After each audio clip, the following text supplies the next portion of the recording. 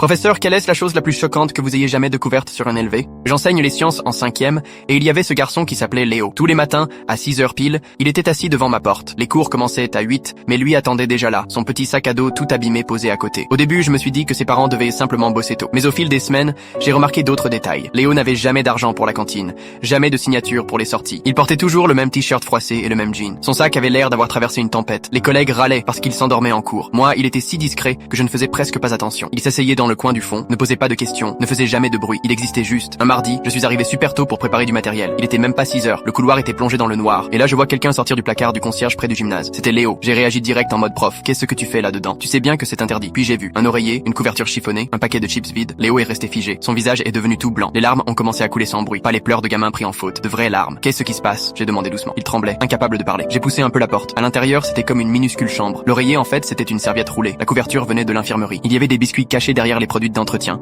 et une bouteille d'eau vide. Depuis combien de temps tu dors ici? J'ai soufflé. 2 mois, il a murmuré. Mon cœur s'est brisé. Ce gamin de 12 ans vivait dans un placard depuis 2 mois et personne ne s'en était rendu compte. Il m'a tout raconté. Sa mère avait été expulsée de leur appartement. Elle passait d'un hôtel miteux à un type différent et lui disait souvent de se débrouiller. Alors il s'était débrouillé. Il entrait par une porte latérale qui fermait mal, se lavait dans les vestiaires du gymnase avant l'arrivée des autres, récupérait les restes des plateaux à la cantine. Le concierge était au courant mais n'avait rien dit, parce qu'il avait connu la rue lui aussi. J'ai voulu appeler les services sociaux, mais Léo a supplié que non. Il avait trop peur de tomber dans un foyer horrible. J'ai donc parlé discrètement à la conseillère scolaire. On a mis en place les repas gratuits, trouvé un programme de soutien qui servait surtout d'endroit sûr après les cours. La conseillère a cherché de la famille. Et là, miracle, une tante à Lyon essayait d'obtenir sa garde depuis des mois sans savoir où il était. Sa mère avait disparu avec lui. Ça a pris 3 semaines de papiers et d'appels, mais on a réussi à envoyer Léo chez sa tante. Le jour du départ, il m'a serré si fort que j'ai cru que mes côtes allaient casser. Merci de ne pas avoir crié pour le placard, il a dit en chuchotant.